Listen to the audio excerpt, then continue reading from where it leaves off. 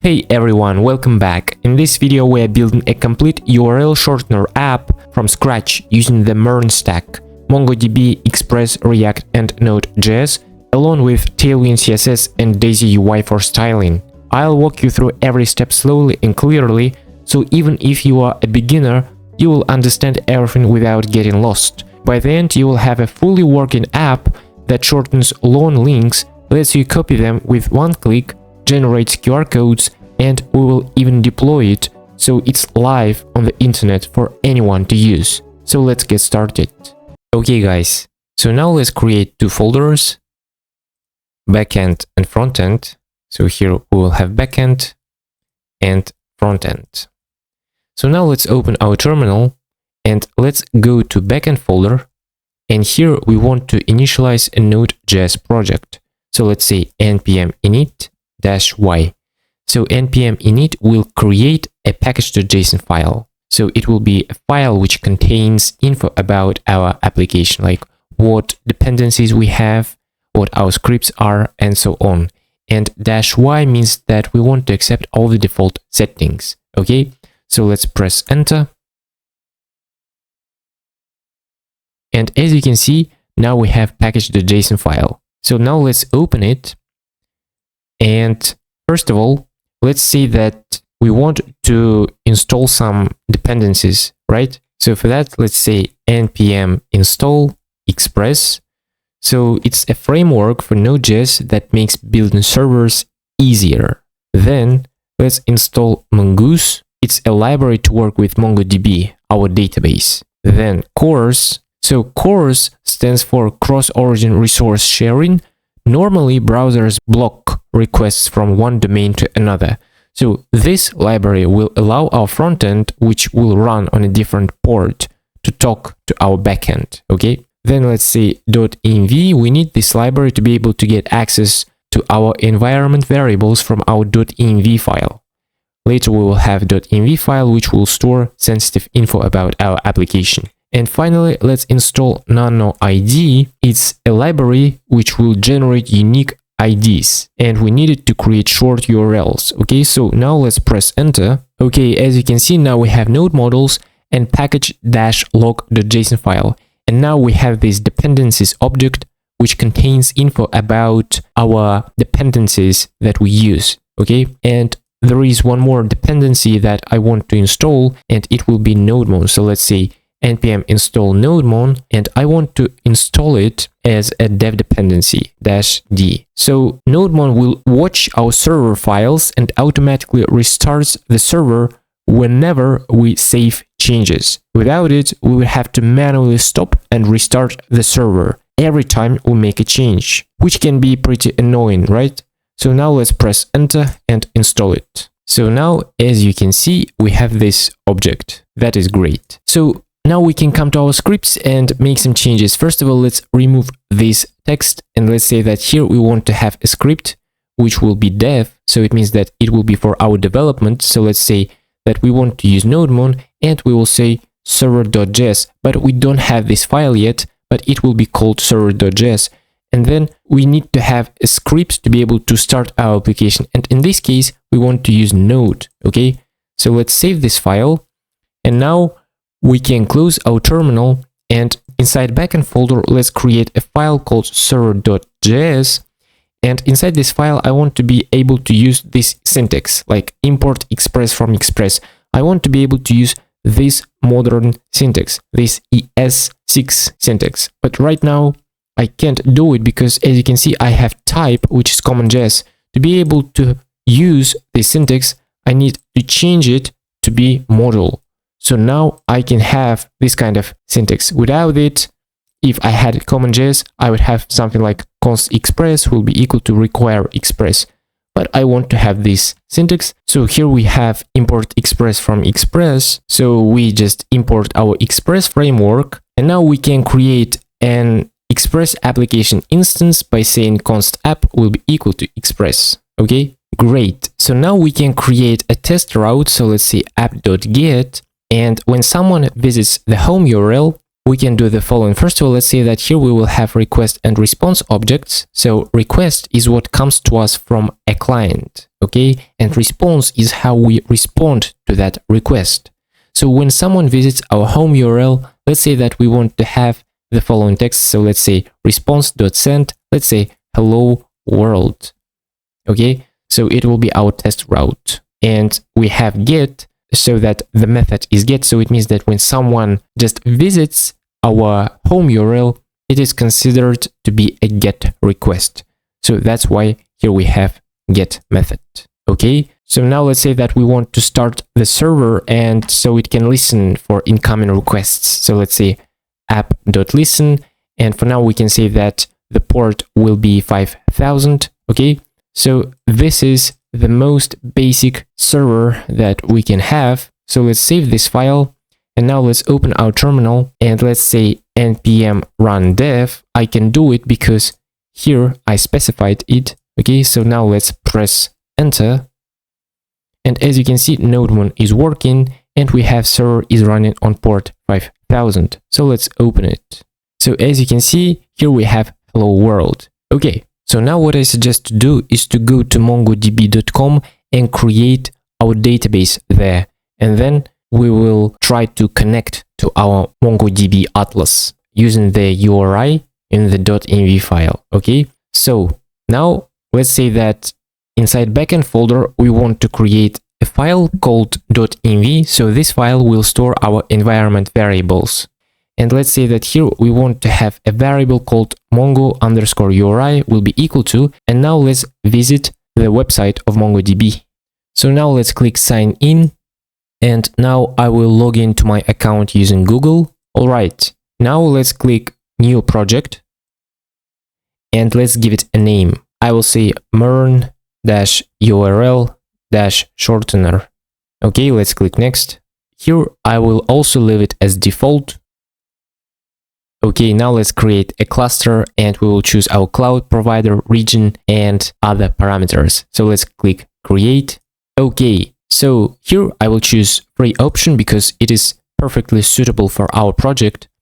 And in this case, I don't want to preload sample dataset. Okay, I don't want to preload it. And this one can be left as it is. For the name, it can be left as it is. Provider can be left as it is. And the same for region. Okay, now let's click create deployment. So as you can see, now we can connect to cluster. And here we have username and password. And just in case, copy your password and try not to lose it. Okay, and let's click create database user and choose a connection method. Here, let's choose that we want to have drivers. So we want to access our Atlas data using MongoDB's native drivers, like Node.js and so on. So let's click drivers.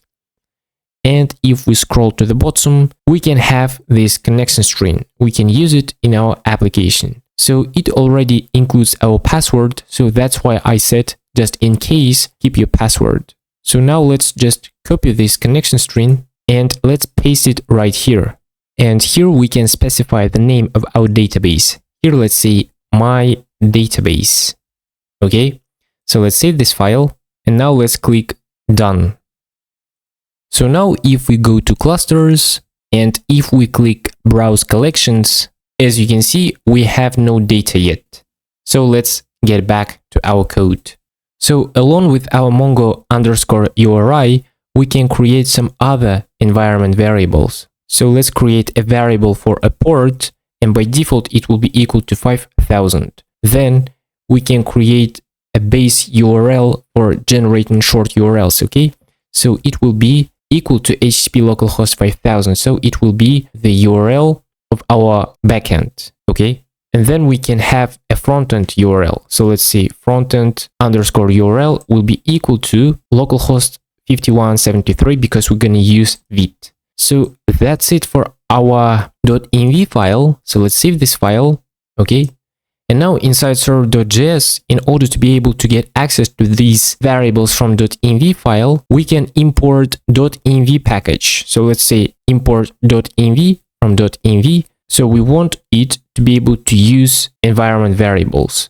And then we can have .env.config. And if I hover over, as you can see, it loads .env file contents into process.env by default. So what it means is that it will load environment variables from .env file so that we can use it in our application. Great. So now we can remove this and we can connect to MongoDB. Okay. So let's say Mongoose, but first of all, we need to import Mongoose from Mongoose. So let's say import Mongoose from Mongoose to be able to connect to MongoDB. And now we can confidently say mongoose.connect, and here we need to provide our connection string, and we can get access to it by saying process.env.mongo_URI. We can do it since we have .env.config, right? Okay, then let's say .then. We need to understand that if connection succeeds, we want to start the server and we want to log a success message. So for that, let's say if we succeed, we can show in the console this message, and we can say app.listen. And again, here we want to have our variable, which will be process.env.port. And again, we can show this text server is running on port. Okay. And then if connection fails, we can log an error. So let's say .catch. If there is an error, we can log it. Okay. So now if I save this file, we should see connected to MongoDB, and our server will restart automatically thanks to the fact that we use NodeMon. So let's save this file. As you can see, it is restarting, and as you can see, we read variables from .env, and we have connected to MongoDB. Server is running on port 5000. So that is great, guys. Okay, so for now, we can close our terminal, and inside backend folder, we can create a new folder called models, and here we can create a file called url.js, and in this file we basically want to define what kind of properties we want our URL to have, so it will be our model. So first of all, let's import Mongoose from Mongoose. We needed to define a schema and model. Now let's say that we want to define a schema for URLs, so let's say const URL schema will be equal to new mongoose.schema. And here we want to have original URL property, its type will be string, and it should be required. At the same time, we can have short ID, for example. Naming is up to you, okay? But I want to say short ID, its type will be string, it will be required, and of course, it has to be unique, because we don't want to have two identical short URLs. And then we can have clicks, so we can keep track of how many times our short URL was clicked. And after that, we can say that timestamps will be true. So timestamps to be true will automatically create created ads and updated ad fields. So again, it is like a good option to have it. Now to be able to use this model, let's say that we want to have export default mongoose.model. So the model name will be URL, and it is based on the schema, which is URL schema. Okay, so now we say export default mongoose.model, and we can use this model in our application. So let's save this file, and that's it for our model. That is great, guys. If you're enjoying this video so far, please hit the like button and subscribe to this channel if you haven't done it yet. Thank you, I really appreciate it. Okay, now what I suggest to do is to go to backend folder and create a new folder called routes, and here we want to define our routes. So let's create a file called url.js. Okay. And first of all, let's import Express from Express. So we need it for routes. And then we can import our URL model that we have just created. So let's say import URL. And here we need to write .js to prevent errors. And here we want to have our nano ID library. So let's say import nano ID from nano ID. It will generate unique IDs. Now to be able to define routes separately, we need to create a router object. So let's say const router will be equal to express.router. Okay, so now we can create a route to be able to create a short URL. So let's say router, the method will be post, the endpoint will be shorten. And since this operation will take some time, it means that our function will be asynchronous. Here again, we can have request and response objects. As I have said, request is what comes to us from a client, and response is how we respond to it. Now here we can have try and catch blocks. So let's say try and catch blocks. And in case of some error, we can show this error message, like we can return response with status 500, and also we can log the error. So let's say console.log error. Okay. And now let's say that we want to get the original URL from request.body. So let's say const original URL, and we want to get it from request.body. But right now this will not work because inside server.js we need to make some changes. We need to add a middleware. So let's say app.use express.json. So why do we need it? Express.json will parse incoming requests with JSON payloads. So without it, request.body would be undefined. Okay, so again, it will parse incoming requests with JSON payloads. And that's why now we can say request.body, because if we didn't have this line, we wouldn't be able to get access to this original URL because request.body would be undefined. But since we have express.json, it will parse incoming requests with JSON payloads, and we will be able to get access to data from request.body. Okay. And also at the same time, we can say that we want to have another middleware, and we can say app.use course, but we need to import it first of all. So let's say import course from course. So as I have said, it will allow requests from our frontend only. Okay. And right now it allows requests from everywhere, but very soon we will specify that we will allow requests only from our frontend. We will specify it with origin.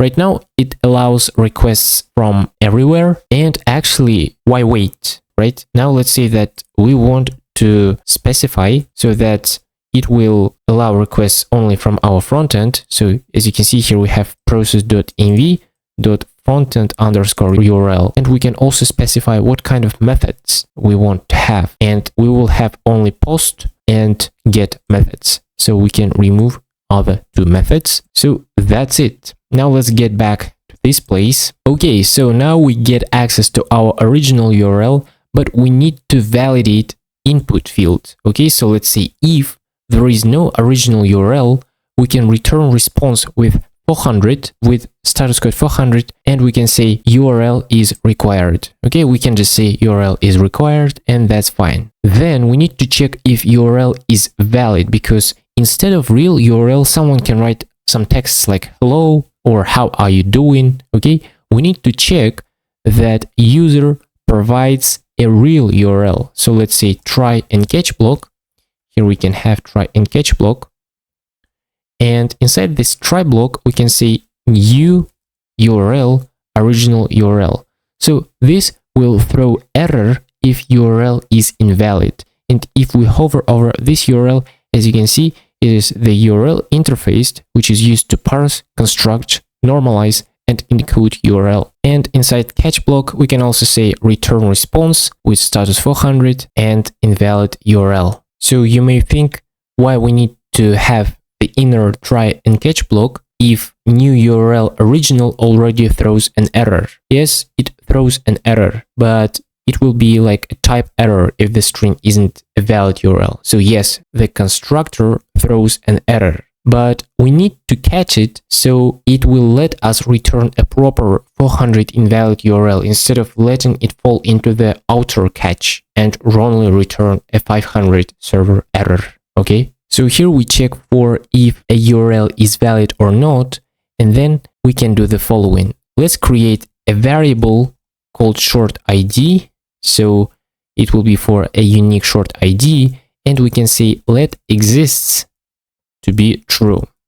So now what we are doing is to ensure that this short ID already doesn't exist in our database. Okay, so nano ID can throw a collision sometimes. So a collision is that, for example, nano ID can return the same ID twice. Okay, for example, it can return one ID, and then after some time it can return another, the same one. Okay, so we need to be able to avoid collision. For that, we can say while exists is true, while exists is true, we can say short ID will be equal to nano ID, and we can specify how many characters we want. Okay, so let's say that it will be 7, its length will be 7, so it will be a 7-character unique ID. And then let's say exists will be equal to await url.find1. It will be a method to be able to find one URL with this short ID. So here what we're trying to do is to find, oops, here I need to say while, okay?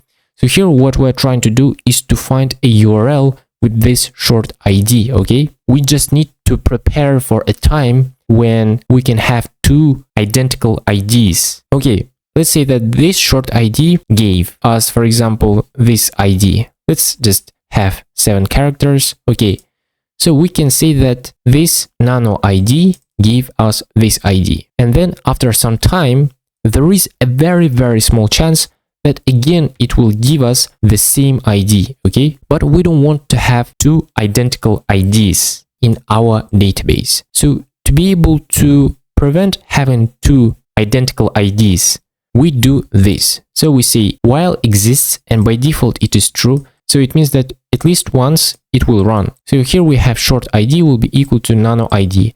And let's say that this time it will give us, for example, something like this. Okay, and then we try to find a URL with this short ID. So we try to find a URL with this ID. And if we can't find it, exists will be equal to null. And since while is null, it means that we will no longer do anything here. And it means that we will have this short ID, which will be this in our database. Okay, so that's it. That's how we want it to be, because we always want to have unique ones. But now let's imagine a situation that, first of all, okay, we already have this in our database. And then let's imagine that when we trigger this endpoint, we get to this point, and then short ID returns us exactly the same ID which we already have in our database. Then exists will be equal to true, because we really managed to find a URL with this ID, okay, with this one. It means that exists is true, but at the same time, we don't want to have two identical IDs. And since exists is still true, this will again run, okay? Everything inside while will run again. Okay, then let's say that short ID next time gave us something like this, for example. Okay, again 7 characters. And this time exists will be null, and it means that there is no URL with this short ID in our database, and it means that we're good to go and do what we need to do. And by doing all these checking, we just prevent having two identical IDs in our database. I think that now it is clear to you. Okay, so now let's remove all these comments. And after making this moment clear, let's say that now we want to save the URL to our database. So let's say const URL will be equal to await URL.create method. And here we need to pass our short ID and original URL. Okay, and then we can respond with the short URL. So let's say response.json, and let's say that in the response we can have the following. So let's say response.json, and here we can say short ID will be equal to, so let's say short ID will be equal to url.shortID, and short URL will be equal to, oops, let's say short URL will be equal to process.env.base_URL, and this is how our base URL looks like. And we say /url.shortID. Okay, maybe it isn't clear to you why we do it this way, but a bit later I will try to explain it to you.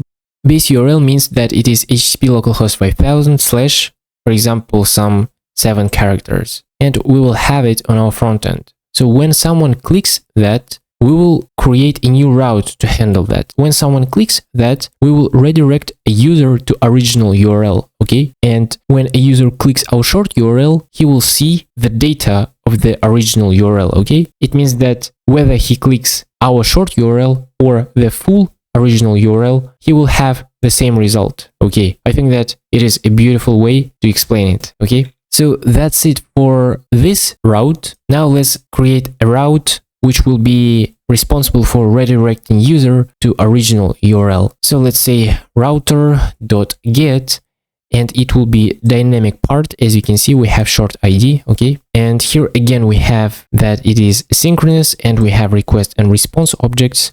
So these routes are asynchronous because we interact with our database and it takes some time. So that's why they are asynchronous. And again, let's say try block. And in this case, we want to get access to the short ID from URL. So we say short ID to get access to this part. And since we have try block, let's say that we also want to have catch block. And if we run into error, we can show it in the console and return this response, which will be server error. Okay, after that, after we get our short ID from request.parameters, let's say that we want to find the URL in our database. So let's say const URL will be equal to await URL.find1 method. And here we need to provide our short ID. And if we can't find, we can say if there is no URL. So let's say if there is no URL, we can return response with status 404, and we can say URL not found. Okay, and at the same time, we said that when someone will click this URL, we want to redirect him. So when someone clicks, we need to increment clicks. Okay, oops, let's come back here and let's say URL.clicks, and we can say plus equals 1. So we want to increment it. Then we want to save updated click count. So for that, we can say await URL.save. And I said that we want to redirect to the original URL. So let's say return response.redirect method. And we want to redirect him to the original URL. So that's why here we say URL.original. And as you remember, URL contains this original URL. As you remember from our model, it contains original URL. Okay. So now let's say that we want to export router. So let's say export default router so we can use it in server.js. So let's save this file. And now let's come back to server.js. And now we can remove this test route. And we can say that we want to use our URL routes. So let's say app.use, and the path will be the root path. And here we can say URL routes, but we need to import URL routes. So let's say import URL routes from ./routes/url.js. Oops, let's say .js. Okay. So what this line does is that, first of all, we say that it will be the root path, and then we have URL routes. So it means that we want to use all routes defined in URL routes starting from the root path. In other words, every route inside URL routes, like shorten or test or something else, we don't have test, I just said for example. So if we have like shorten or test, it means that it will be available in our app starting from the root path. So let's save this file, and that's it for our backend. Now we need to work with our frontend. Okay, so let's open our terminal again, and let's click new terminal, and let's go to frontend folder, and let's write npm create Vite at latest, and I will write dot so that no additional folders will be created and everything will be created inside frontend folder. So let's press enter. Let's select a framework, which will be React. Then let's choose JavaScript. Here I will say no and no again. So now let's write npm install and press enter. Okay, now it's time to connect Tailwind CSS to our project. So let's do it. So let's click get started, and we can skip the first part because we have already done it. So let's click this button to copy this command. So let's paste it in our terminal and press enter. Okay, now we need to configure the Vite plugin. So let's copy this, and inside vite.config.js file, let's paste this import right here. And let's say that we want to use Tailwind CSS inside this plugins array right next to React. So let's save this file, and we need to add an import to our CSS file that will import Tailwind CSS. So we can come to source folder, and inside index.css we can remove everything and we can paste it right here. At the same time, we can delete assets folder, we don't need it, and app.css folder as well. Okay, so now we need to install DaisyUI. So let's write npm install DaisyUI and let's press enter. So DaisyUI is a component library for Tailwind CSS. It gives us pre-made components like buttons, inputs, alerts, and many more. So now we need to add DaisyUI to our CSS file. So let's copy this plugin, and right under this import, we want to have this plugin. Okay, so let's save this file. Great. Now we need to install Axios. So let's say that we want to install Axios. So it is a library for making API requests. And also we need to install react-qr-code. So this library will display a QR code on the screen. And we can also install qrcode. So this is different from React QR code, and QR code generates PNG images of QR codes. Okay. So we need it so users can download the QR code as an actual picture. So now let's press enter and install these libraries. Okay, and now let's close our terminal, and inside app.js we need to remove all this boilerplate code. So let's do it. Okay, this is the layout that I have right now, and I just want to take this text, and inside index.html I just want to remove this default one with this text. So let's save this file. And let's open our terminal and start our frontend by saying npm run dev. So let's open this link. So as you can see, I see this text, MERN URL shortener.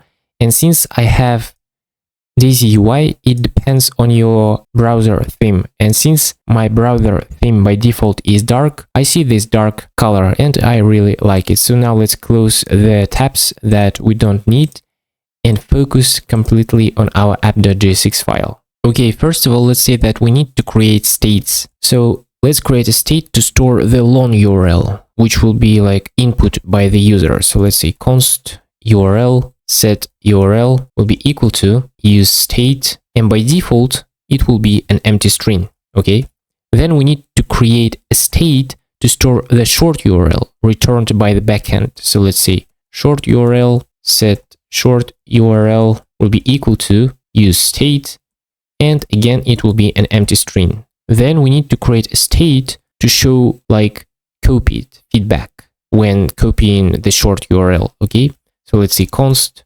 copied set copied will be equal to use state, and it will be an empty string. So we will have a button to copy. So when we copy it, we want to change its text from copy to copied. Okay, then we can create a state to store QR code PNG image for download. So let's say const qrImage set qrImage will be equal to an empty string again. Okay, so next we can create a function to handle shortening. So let's say const handle shorten, and it will be an asynchronous function because it's going to take some time because we're going to deal with our database on the server. So let's say if URL is empty, it means that a user didn't provide a URL. We just want to return. Okay, we don't want to go ahead, and we just want to return. We will not make any requests. So let's say that after that we want to have try and catch blocks, and in case of the error, if we have like error, we can say that we want to log the error, and we can also show simple alert message. So let's say alert something went wrong. Okay, but if everything is fine, we can do the following. First of all, we need to send post request to the backend with a long URL. So let's say const response will be equal to await, and now we need to import Axios. So let's say import Axios from Axios, and we need to say Axios.post, and we need to provide the URL. We can do it in a smart way, I would say. So we need to store the backend URL in our .env file. So let's say that inside frontend folder, we want to create a .env file, and here we need to create a variable. So let's say Vite underscore backend underscore URL will be equal to, so it will be equal to this URL. And the reason we say Vite underscore is because we use Vite. So that's why we need to say Vite underscore, and this will be the backend URL. So let's save it. And now inside app.jsx, we can create a variable called API underscore base underscore URL will be equal to import dot meta dot env dot vite underscore backend underscore URL. Okay, so this way, when we deploy our application only inside .env, we need to change this line, and this way our code is clean and it's better to manage our code. So let's use this API base URL, and we need to use backticks. So let's say that here we want to have a $sign. So let's say API base URL slash and the endpoint, which is shorten. As you remember, on our backend, we have the endpoint, which is shorten. So we make the post request to this endpoint, and in our body, we need to pass the original URL. So let's see, original URL will be equal to this URL, which will be the input by a user. Okay, and inside url.js, as you can see, we get this original URL from request.body. So this is our request, and this is our body. This is original URL, and we get this original URL from request.body. And as I have said, this is our request, and this is our body. Okay, then from our response, we will get response. As you can see, this will be our response. So we need to extract short URL from backend response. So let's say const new short URL will be equal to response.data.short URL. Okay, then we need to store the new short URL in the state. So let's say set short URL will be equal this new short URL. Okay, and in case if copied is true, we can also reset it. And of course, copied should be false. Okay, here I had it to be a string, but it should be either true or false. And if copied was true, we want to reset it. So we can say set copied to be false. Okay, so along with that, we also want to generate downloadable QR code PNG. But first of all, let's import a library for displaying QR code visually. So let's say import QR code from react-qr-code. And we need to import a QR code generator for creating downloadable PNG images. So let's say import QR code generator from QR code. Okay, so let's come here, and we need to say that we want to generate downloadable QR code image, and we need to convert the short URL into a base64 PNG image. So let's say const QR will be equal to await QR code. So let's say QR code generator to data URL, and we need to pass our new short URL. So by doing this, we convert the short URL into a base64 PNG image, and after that, we need to save it for downloading or download button. So let's say set qrImage to be QR. Okay, so that's it. Now we can do the following. We can handle when someone copies. Okay, so let's say handle copy when someone copies our short URL. Okay, so now we want to be able to copy short URL into the user's clipboard. For that, we can use navigator.clipboard. So navigator.clipboard is a built-in browser API which allows websites to copy text programmatically. And then we can say .write text, and here we can have short URL. So .write text tells the browser, please put the value of short URL into the clipboard. Okay, and then we can say that copied is true, so we can say set copied to be true, and we can reset the copied message after 2 seconds. For that, we can use set timeout function. So let's say set timeout, and here let's say that set copied will be false after 2 seconds. Okay, so that's it for our functions. Now let's focus on our layout. Let's come here and let's say that we want to apply the following styles. Let's say that min height will be screen, and we can say that it will be flex direction will be column, items will be center, and we can say that justify will be center, and we can give some padding, which will be 6. So let's save this file, and we will have our text right in the very center, right in the center. And let's remove this text, this part, and let's say that we want to have h1 tag, and here we want to have URL shortener. So it will be our main heading, and let's say that we want to apply the following styles. Let's say that text will be 4XL, font will be bold, margin bottom will be 4, and text will be center. So let's save it. Great. After that, we can create a div, and this div will contain input, and after this input, we also want to have a button.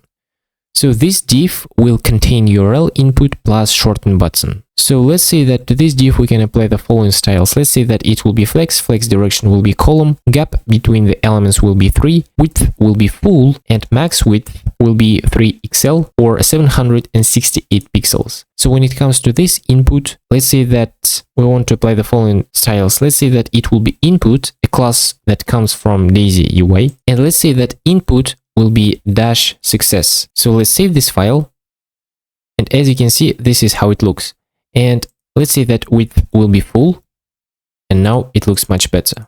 Okay, for the placeholder we can say the following. Let's say enter long URL, and let's say that this word will start with lowercase, and for the value we can say it will refer to our URL state, and on change let's say that we can get access to this event object, and we can say set URL to be event.target.value. It means that set it to be the whatever we type or whatever we paste in this input field. And then finally, to this button, we can say the following. Let's say that it will be shorten, text will be shorten. And for the styles, let's say that it will be button, a class from DaisyUI. For the button color, let's say that it will be primary, and width will be full. And on small screens and higher, it will be auto. And when we click this button, we should call our function, which will be handle shorten. So let's save this file.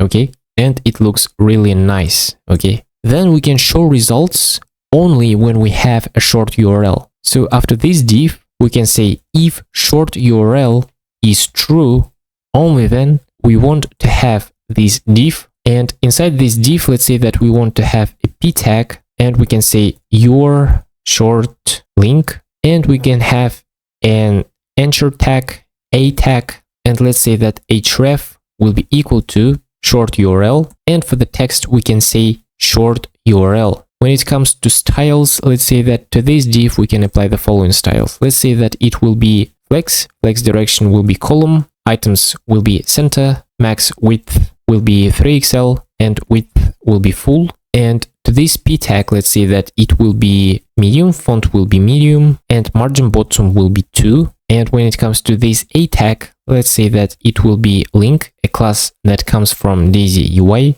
Then link will be primary, and break will be all. So break all means that if the text is too long, break it everywhere, even in the middle. Okay. And after this a tag, we can have a button to be able to copy the URL. So it should depend on whether if is copied is true or not. So if copied is true, we want to have copied. Otherwise, we want to have copy. And when we click this button, we should call the function, which is handle copy. And when it comes to styles, let's say that we want to use curly braces and backticks. So let's say curly braces and backticks, and it will be button, margin top will be 2, width will be full, and here we want to have a $sign, and we need to say if copied is true, we want to apply the class, which will be button dash success. Otherwise, it will be button secondary. So let's save this file, and as you can see, we don't see this your short link, we don't see anything which is inside this part because short URL isn't true right now. And after this button, we can create a div where we want to display QR code. So let's say that we will have a div, and to this div, let's say that it will be background color will be white, padding will be 4, it will be rounded large, and we can give some shadow and margin top, which will be 6. Oops, let's say -6. And here we can have a p tag, and we can say scan QR code and this colon. And to this p tag, let's say that margin bottom will be 2, text will be center, font will be semi-bold, and text color will be gray 800. Then we can have like a visual QR code. So let's say QR code, and it is a component, and we can see that its value will be shortUrl, and size, we can say that it will be 180 pixels by 180 pixels, so that it isn't too big and it isn't too small. And after this div, we can have a QR code download. Okay, so let's say that here we can say if qrImage is true, only in that case we want to have a tag. So let's say a tag, and we can say that href, so let's say href will be equal to qrImage. And for the text, we can say download, let's say download QR code. And let's give some styles. Let's say that it will be button, and button color will be accent. So it will be like green color. Margin top will be 3, and width will be full. Then we can specify the name of the file, how it will be called. Let's say that it will be called qr-code.png. Okay, so let's save this file. And now it's time to test our application. Okay, so let's open it on big screen. Now I will provide some long URL. So now I'm going to paste it. So it is just a URL to an image from Unsplash that I found. So let's click shorten. And as you can see, we have our short link and it looks great. So let's open this link. And as you can see, I see what I would see if I clicked the original URL. Okay, that is really great, guys. Now if I click this button, it is set to be copied, and let's say that here I want to paste it, and let's click it to open, and as you can see, the result is the same. Okay, so now we have some issue with our layout, so let's fix it quickly. So I don't like the space. Okay, so let's say that to this div I want to give gap 6. Let's save it and see what we're gonna have.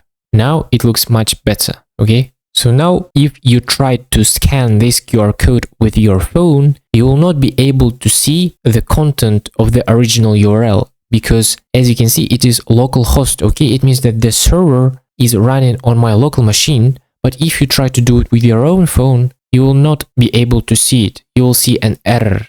But after we deploy it, there will be no problem. You will be able to do it with your phone very easily. Okay, there will be no problem. So now you can try to scan it with your phone, but I can say that you will have an error, because localhost 5000 means that it is localhost, it is on this machine. Okay, and server is running only on this machine, so that's why you will not be able to do it with your phone. And now some of you may wonder, how is that when we click this short URL, we see the content of the original URL? So when we click this link, what happens is that this route gets triggered. So as you can see, it is /:short ID, and it means that here, if I open server.js, as you can see, we have it to be in the root path. So root path means HTTP localhost 5000, and it means that after this root path, we want to use these routes. So it means that, let's open URL. Okay, so it means that /:short ID is directly attached to our root path, and as I have said, our root path is this, and then short ID is directly attached to it, as you can see.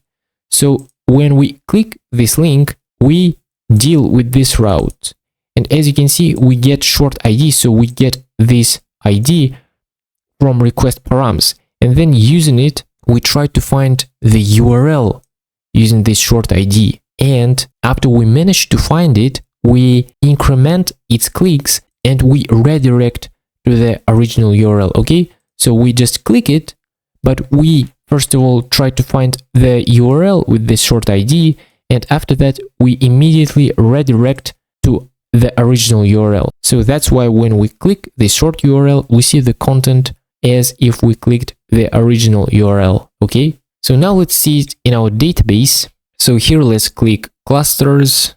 Now let's click browse collections. As you can see, we have my database and we have our URLs collection. So we have our original URL, our short ID, and the number of clicks. And as you can see, we have 3 tabs open of that image, and it exactly matches the value which we have right here. That is really great, guys. So now let's say that, let's test it one more time. So here on Unsplash, let's say that I want to, for example, get this image. So I just open it and click copy image address. Now let's close these ones. Now let's say that I want to remove it, and let's paste this one. Let's click shorten. So as you can see, we have this new short link. So let's click it, and here it is. Okay. So let's come back, and actually we need to do it so that when we click it, we should say that we want to open it in a new tab. Okay. So we need to do it really. So let's come back here, and let's say when we click this A tag, we want to open it in a new tab. So let's say target underscore blank. So let's save it. Okay. Now if I refresh my database, as you can see, we have this image. Now let's go with a different image so that this time we will be able to test it better. So let's copy this image. Now I will paste it right here. Now let's click shorten. Now let's open it. And as you can see, here it is. Great. So the reason I don't reset this URL is that maybe a person wants to have like another link, right? Maybe he doesn't like this link. So he just needs to click shorten again, and he will get a new short link. So let's click copy. Let's paste it right here. And here it is. That is great. Now let's test whether we can download it or not. Yes, here it is. That is great, guys. And when it comes to QR code, I have already explained this part. So that's it, guys. Now let's come to our database again. Let's refresh it. And as you can see, we have 4 results. That is great. So now I want to talk about MongoDB Atlas IP whitelisting. Okay. So when we create a MongoDB Atlas cluster, Atlas automatically adds our current public API to the IP access list. So it allows our computer or our laptop to connect immediately, okay? But sometimes we can still get an error even though our API is in the list. So it may happen for many reasons. For example, actual public API might have changed. For example, if we have dynamic IP, okay? Or if you are on mobile hotspot, VPN, office Wi-Fi, or corporate network, the public IP is different than the one Atlas whitelisted. So Atlas sees the new IP and blocks connection, and you can get an error like connection refused or IP not allowed and so on. So we can fix it by allowing access from anywhere. So it means that we want to allow all IPs to connect no matter what the public IP is.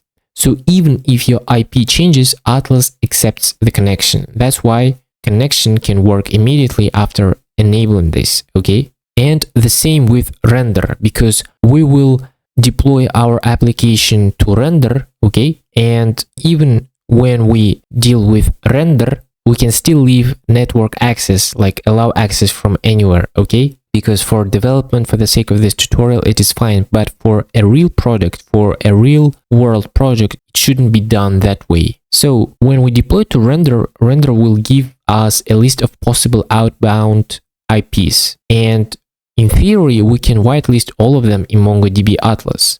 But in practice, sometimes render changes IPs after updates or scaling. And as a result, we can get some random connection errors. And when we say allow access from anywhere, we can just protect ourselves from any errors. But keep in mind that for development, just for local development, just for learning, for testing, it is fine. But in real world projects in production, it shouldn't be done that way. So the key point is that even if you whitelist all known render IPs, sometimes it fails because render can assign a new outbound IP that you didn't whitelist yet. To prevent ourselves from that kind of situations, we can come here, we can come to database and network access tab, and we can click IP access list. So here you will see your current IP address. So now let's click add IP address, and we want to click allow access from anywhere. So let's click confirm. It's gonna take some time. Okay, we have done it. So this way we protect ourselves from getting that kind of errors. Okay, so now let's deploy our application. Okay guys, now it's time to push our code to GitHub. So let's open our terminal, and as you can see, I stopped both my backend and frontend. And now what we need to do, let's close these folders and let's write git init. So we want to initialize a new git repository. And now as you can see, we have over 1000 pending changes, but definitely we don't want it. So to fix it, we can take this git ignore from frontend folder and we can put it in the root. So let's move it. And as you can see, it is only 18.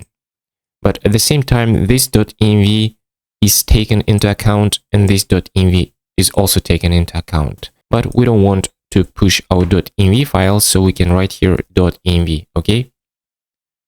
So now they are ignored, just the way we want. Okay, so let's clear our terminal.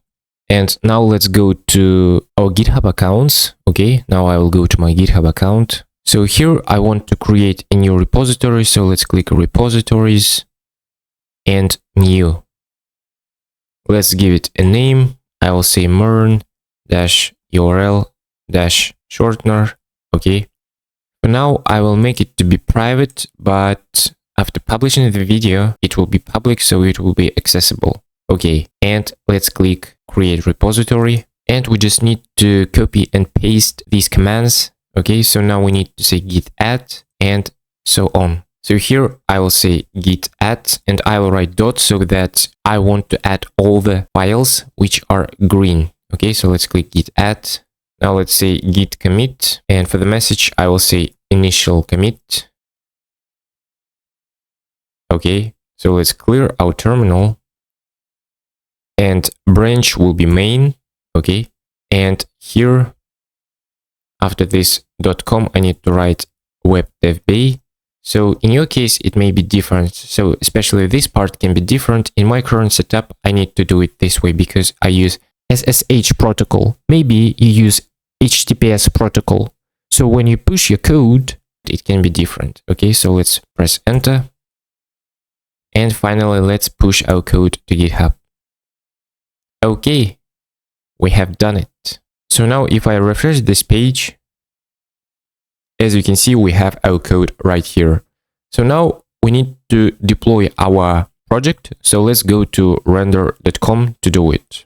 Okay, here let's click dashboard and we need to sign in to render. I will sign in using GitHub, and as you can see, it is last used. If you don't have an account, you need to create and then you'll be able to sign in. Okay, here I will click add new, and first we will deploy our backend and then our frontend. And for the backend, I will choose web service.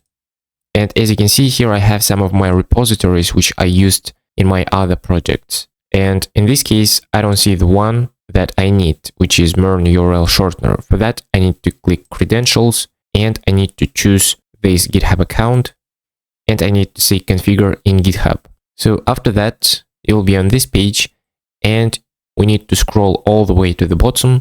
And here we need to select repositories that we want to see on render.com. So let's click select repositories and we need to find the one that we need. Here it is. So let's choose it. Let's click save and here it is. So let's choose it.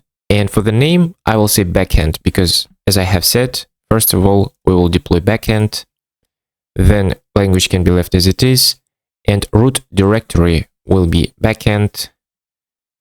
For the build command, let's say npm install. And for the start command, we need to say npm start. Okay, then here I will choose free option and we need to provide environment variables. We can click add from .env and we just need to copy and paste the content of .env file. So here, if I go to .env, all I need to do is to copy all these variables and we need to paste it right here. As you can see here, we still have localhost 5000 and localhost 5173, but after we deploy this backend, we're gonna come back here and change this base URL. And after we deploy frontend, we're gonna come back here again and change this URL. But for now, we can have it as it is. So let's click add variables and that's it. So let's click deploy web service. And as you can see, it is being done. So as you can see, it says available at your primary URL. And now if we open this link, we have an error cannot get, and it is completely fine. We need to take this URL and we need to come to environment and we need to click edit. So as you remember, I said that we need to change this base URL with this URL, okay? But we need to make sure not to use this slash at the end, otherwise we will have an error. So now let's click save, rebuild and deploy. So updated environment variables for this service triggering a deploy. So if we click events, we can see that deploy started. So let's wait for it to finish. So it says deploy live, okay? And now we need to work with our frontend. So let's click dashboard. Let's click add new and it will be static site since we're gonna work with our frontend. Let's choose our repository. For the name, I will say frontend. Then here for the root directory, I will say frontend. And for the build command, I will say npm run build and publish directory. Oops, here let's say npm run build and publish directory will be dist. Okay, so here we need to provide environment variables again. So if we go to .env inside frontend, as you can see, this is our environment variable. So we can put it right here. And for the value, we can take this URL of our backend that we have already deployed. And again, we need to remove this slash, otherwise we will have an error. So that's it. Let's click deploy static site. So as you can see, our site is live. So now let's click this link. And as you can see, we have our URL shortener. But before that, we need to take this URL and we need to come back to our backend. So let's click dashboard and then let's click backend. And before going to the environment tab, as you can see, here we have connect button. So if you click it, Render will give you a list of IP addresses and using them, you'll be able to whitelist them in network access in MongoDB. Okay, as you remember, I have said it already. But anyway, you can run into a problem when Render may change IP address and you will see some errors.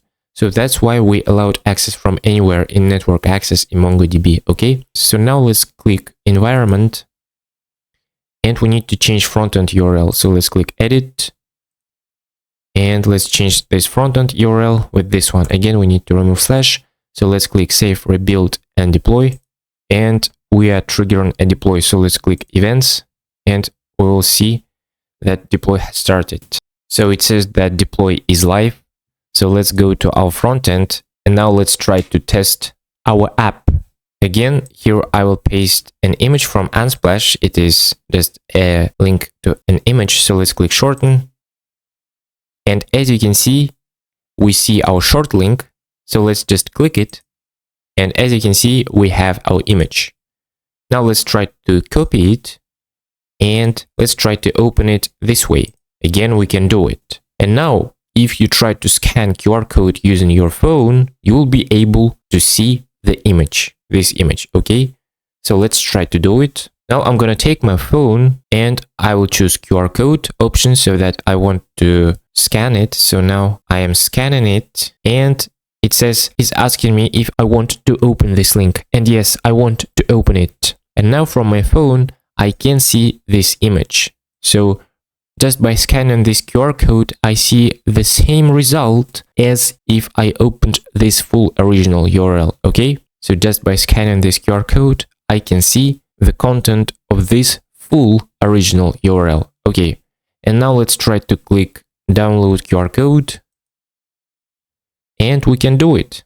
then you will be able to share this image with your friends, and then they will be able to scan it and see what you want them to see. Okay, now let's click cluster, and as you can see here we have 4 results. Now if I click refresh, as you can see we have 5 results, and this is the one that we have just done, and we have 3 clicks because we opened it like this and we did it like this. And also I scanned the QR code with my phone and I opened it from my phone, so it also counts as a click. So right now, guys, in our application, there is no protection against multiple clicks while the request is in progress. Okay, so let me show what I mean. So now I have pasted this URL, and now if I click shorten several times while the request is in progress, I will see different short URLs for this long URL. Okay, and of course, we want to have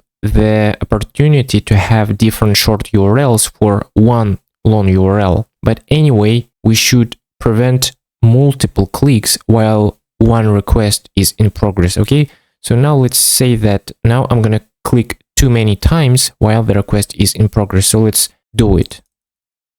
As you can see, I clicked several times, and now if I go to my database, now as you can see I have 4 results. Now if I refresh, let's see how many results I'm gonna have. So as you can see now I have 12 short URLs or 1 long URL. Okay, and it is completely fine, it's up to a user.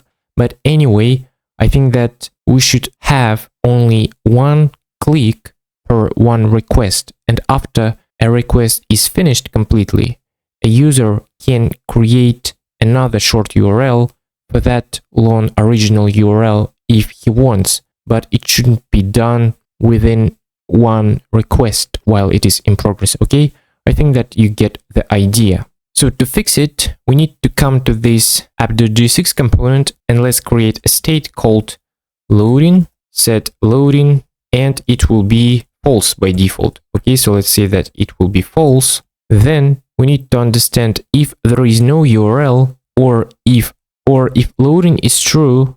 So let's say if loading is true, we want to return, we don't want to make any request, we just want to return. Okay, and at the same time we need to say set loading to be true right here, and finally we need to have a place where we want to say set loading to be false.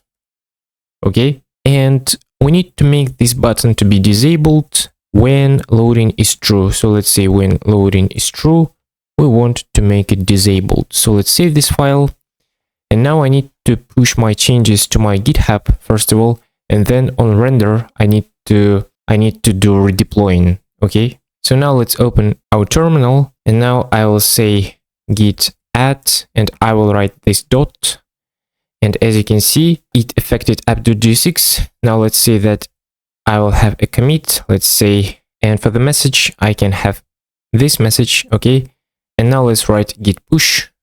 Okay, so here if I refresh this page on my GitHub account in this repository, as you can see our changes are here.